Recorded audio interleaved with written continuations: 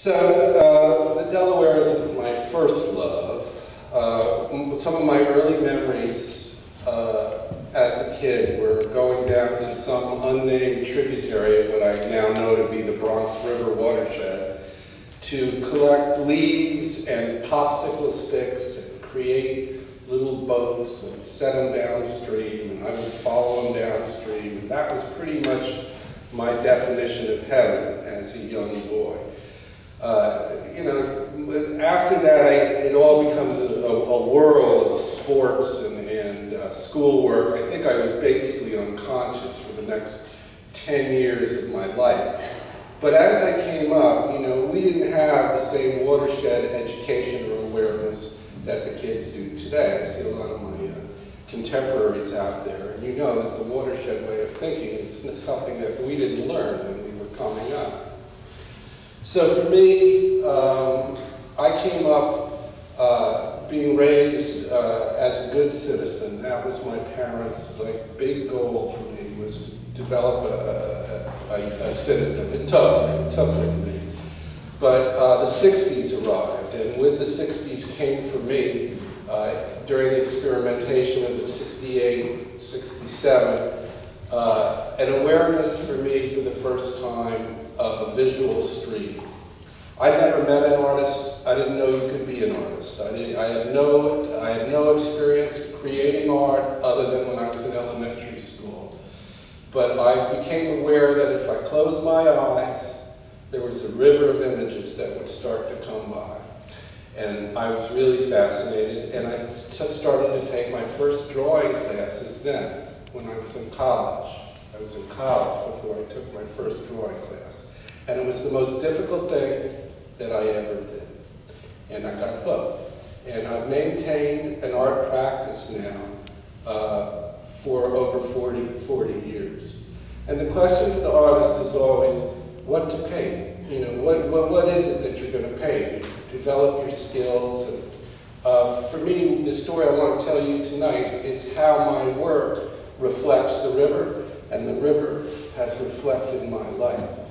I was very fortunate to have a sportsman for my father. We always would go out and try and find wilderness. And, I love to look for fish. I'm an angler. My father is in a dry fly fishing cult, which is the way I was raised. That means you can't use a wet fly. If you use a wet fly, you're on some type of moral divide. It always was a little foggy for me, whether the fly was on the surface, the dry fly, or under the surface, but wet fly. But nevertheless, we were very attuned to nature and going out and observing the trout environment to increase our chances of success. So that always was a pleasure for me, and I've always loved being in the stream. But my artwork as a young man was about trying to get everything I knew into my artwork. If it wasn't going to be great, why bother? So I was trying to do the big picture. The big picture being, how does nature work? And as a young man, I was trying to put everything I knew into every canvas. And I was trying to show how we move from order to chaos, how things fracture, how seasons move, how sexes come together and have children. I was trying to put it all in there. And I had a successful career as an abstract artist, and it allowed me to travel. It allowed me to come to New York City at a time where New York City was changing. All artists, as you know, wear two hats at least. One of my hats at that time was as a real estate developer. The building that I was living in, the landlord wanted to sell it. We were in the right place at the right time, and over the next decade, my partner and I worked to legalize that building, which we were eventually able to sell. All of this allowed me to be an artist and pursue the work I love to do. So my work was studio-based, but always for fun, I would go out and paint the places that I loved.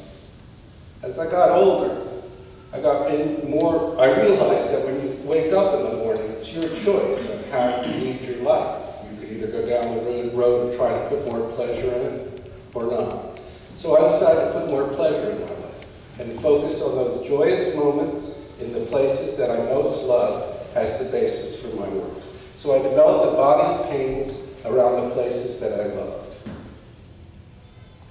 Bucks County, the Adirondack Mountains, the Florida Keys, and outside the window of my studio in New York City, where I maintained a practice of painting about the New York City skyline. I overlooked the World Trade Center site.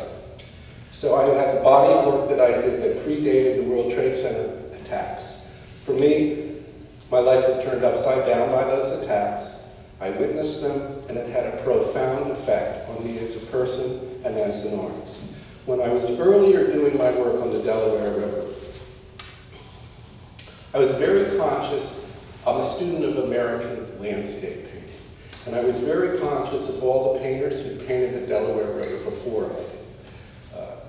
There's a wonderful, I'm sure you all know the artists that I'm talking about.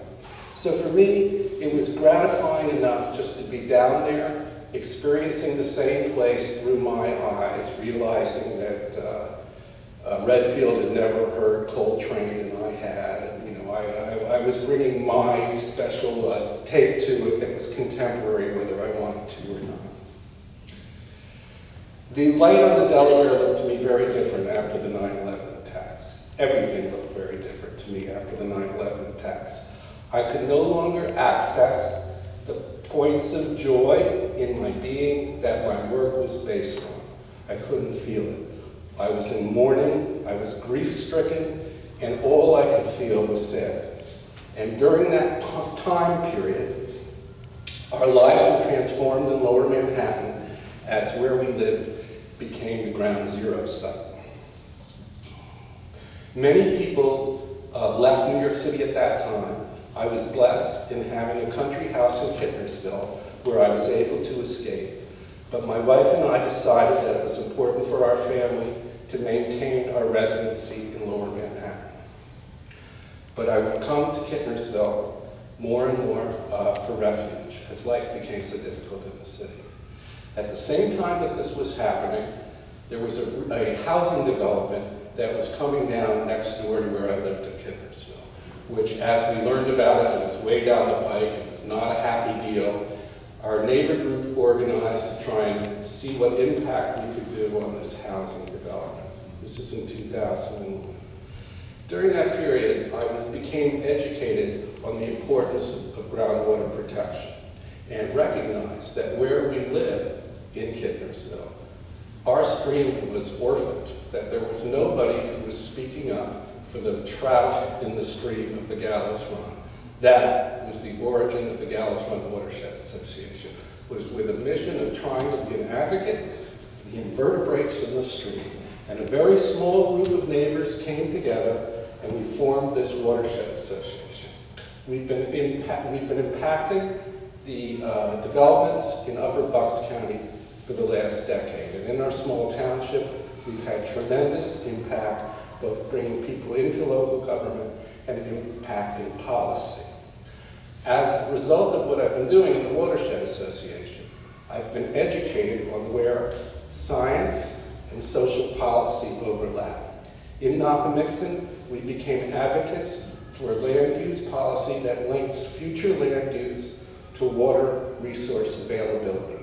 If you don't have the water for your house, 4 bedrooms in Knockemixon, in the Lockton geology, you can't build. That's a and it's based on a scientific imperative, based on a scientific, the best scientific definition of a sustainable yield. So part of what we've been doing in the Gallows Run Watershed Association is working with our township and neighboring townships. I'm now the chair of the Bridgeton, Knockemixon, Tinicum Groundwater Management Committee, which continues to monitor our local aquifers to make sure that we have the most defensible definition of a sustainable yield by which we're making our land use decisions. That's one of the ways that this watershed work has worked out for